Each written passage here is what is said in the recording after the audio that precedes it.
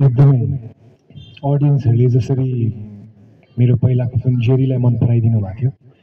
योभन्दा चाहिँ अझ बेटरै गर्ने हाम्रो प्रयास छ। अब प्रयास जहिले पनि जारी नै हुनेछ। अब बाँकी भाग्यको कुराहरू खै कहाँनिर पुग्छ त्यो चाहिँ थाहा भयो। सो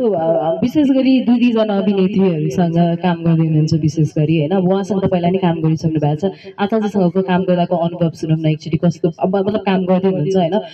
कस्तो विचार राख्नु भएको छ, धारणा राख्नु भएको छ त आफ्नो मस्तिष्कमा? मैले जस्तो सोचेको थिएँ आचललाई होइन, यही प्रोजेक्टको कारणले मैले आचललाई भेट्ने मौका पाएँ र भेटिसकेपछि मैले जस्तो सोचेको थिएँ आचललाई एकदमै हार्ड वर्किङ, एकदमै पङ्क्चुअल, उसको क्राफ्टलाई लिएर एकदमै अटेन्टिभ छ, मैले त्यस्तै नै पाएँ। अब भनौँ न धेरै टाइम त मैले पनि उसँग बिताउन पाएको छुइनँ। अब आउने दौरानमा मैले अझ चिन्ने मौका पाउँछु होला, तर जति जति चिनेको छु एज अ फ्रेन्ड भनौँ, एज अ एक्टर भनौँ, को एक्टर भनौँ, she is very great. Thank you. So दोस्रोपल्ट काम गर्दै हुनुहुन्छ तपाईँले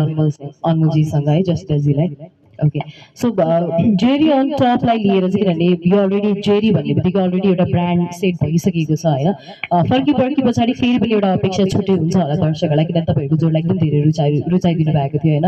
योपालि के होला त, दर्शकहरूले अझ बढी रुचाइदिनु होला कि के छ त, कि जोडी नहोला कि के छ त? त्यो चाहिँ अब कहानीमा, हाम्रो जेरी अन टपको कहानीमा धेरै भर पर्छ होइन, तर जसरी रुचाइदिनु भएको छ आई होप त्यसरी नै रुचाइदिनुहुन्छ होला। अब मलाई र जेरीलाई मात्रै होइन, जेरी र श्रेयालाई पनि, हाम्रो केदार दाईलाई, हामीलाई सबैजनालाई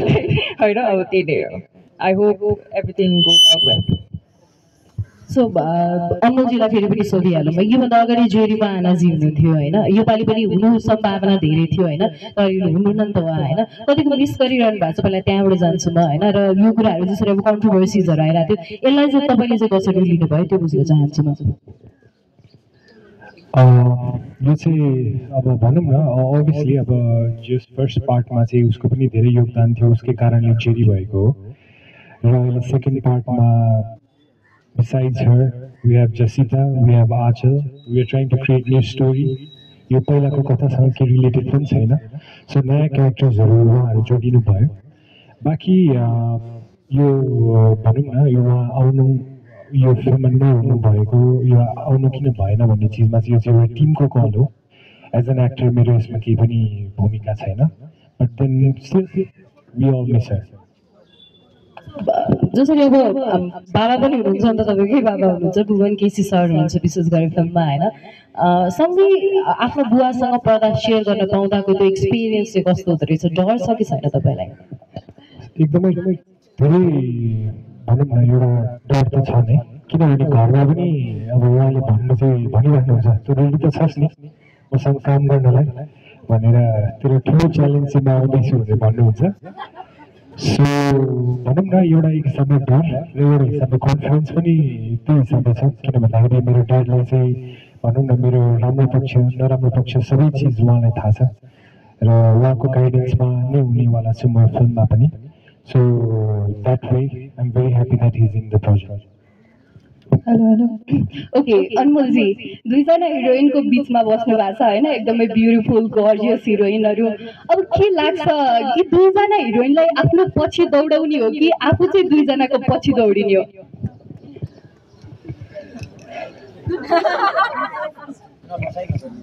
म उहाँको पछि दौडिने हो। केदार दाईको पछि दौडिने। हजुर ओके, तपाईँलाई केदार दाई भन्दा नि तपाईँलाई केदार दाई चाहिँ कस्तो लाग्थ्यो होइन, अहिले अब पछि दौडिने भन्नुभएको छ नि, पर्सनली भेट्दाखेरि उहाँसँग काम गर्न लाग्दाखेरिको अनुभव कस्तो हुन्छ भनेर गर्नुहुन्छ होइन, अनि फर्स्ट भेट कस्तो थियो केदार दाईसँगको फर्स्ट भेट? केदार दाईसँग पहिला पनि मेरो धेरैचोटि भेट भएको थियो प्रोग्राम्सहरूमा, तर यसपालि जेरीको दौरानमा चाहिँ मैले भेट्न पाउँदाखेरि चाहिँ उहाँसँग अझै बढी कुराहरू सेयर गर्ने मौका पाएँ, उहाँसँग धेरै कुराहरू सिक्ने मौका पाएँ। र अरूभन्दा पनि उहाँको यति जवान एजमा पनि उहाँ जसरी चाहिँ स्क्रिप्टमा लाग्नुहुन्छ, बिहानै उठेर एउटा फिल्मलाई लिएर प्यासनेट हुनुहुन्छ, उहाँको त्यो एनर्जीलाई देखेर चाहिँ म एकदमै ह्याट्स अफ टु यु दाइ। केदार दाई अनमोलजी अब तपाईँको पछि लागिसक्नुभयो उहाँले कतै हजुरलाई जसिताजी देख्नुभयो कि आँचलजी देख्नुभयो गाह्रो पर्ला जस्तो छ होइन हजुरले नबुझ्नु भएको हो कि उहाँ मेरो पछाडि दौडिने म उहाँको पछाडि दौडिने उहाँ उहाँको पछाडि दौडिने हो हामी यस्तो गोलो घुम्ने खेल्ने हो कि खास मिलाएर त्यस्तो हो अनमोल भाइले मेरो धेरै नै तारिफ गर्नुभयो त्यत्रो त्यो चाहिँ क्यारेक्टर चाहिँ भन्छ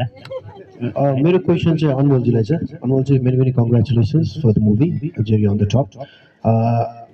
तपाईँको अधिकांश इन्टरभ्युजहरूमा पनि हेर्दाखेरि you always take your all of your steps at the first role भनिराख्दाखेरि यो खालको च्यालेन्जेस तपाईँ स्क्रिन सेयर गर्दै हुन्छ त्यो डर कस्तो छ र तपाईँले जुन भन्नुभएको छ it's always the first movie so अधिकांश चाहिँ आर्टिस्टहरू चाहिँ त्यो खालको लेभल अफ हार्ड वर्क देखिराख्दैन so when you're always saying it's the first movie of mind so how you are really taking this in your mind please भनौँ न सबैजनाको हार्डवर्कहरू त्यो सबैजनाले गरेकै जस्तो लाग्छ तर त्यो हार्डवर्क चाहिँ आफूले कसरी गर्छ भन्दा पनि त्यो हार्डवर्क चाहिँ जबसम्म अडियन्सले देख्नु हुँदैन त्यसको चाहिँ केही क्रेडिट हुँदैन आफूभित्र मात्रै हार्डवर्क गरेको छु भनेर त हुँदैन जस्तो लाग्छ त्यो अडियन्सले भन्ने कुरा हो ग्रेजुअली मेरो अडियन्सहरूले जसरी चाहिँ भनौँ न मलाई मन पराइदिइराख्नु भएको छ र भनौँ न त्यो सँगसँगै मेरो नोबडी इज पर्फेक्ट जस्तो लाग्छ यो आफूलाई चिन्दै जाने हो यो लाइफ भनेकै आफूलाई चिन्दै जाने हो at the same way acting भनेको पनि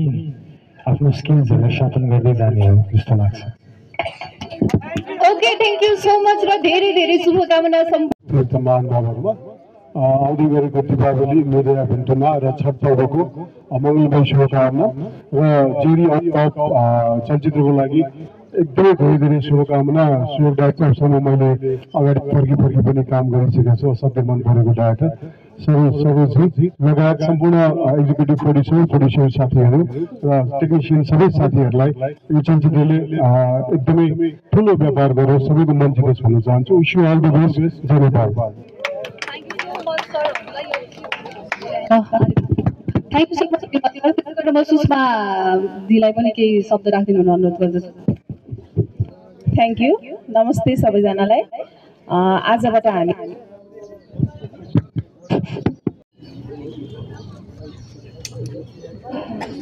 लाइभ फोटो भएको भाइहरू भाइ म होइन म आफै वितरक हो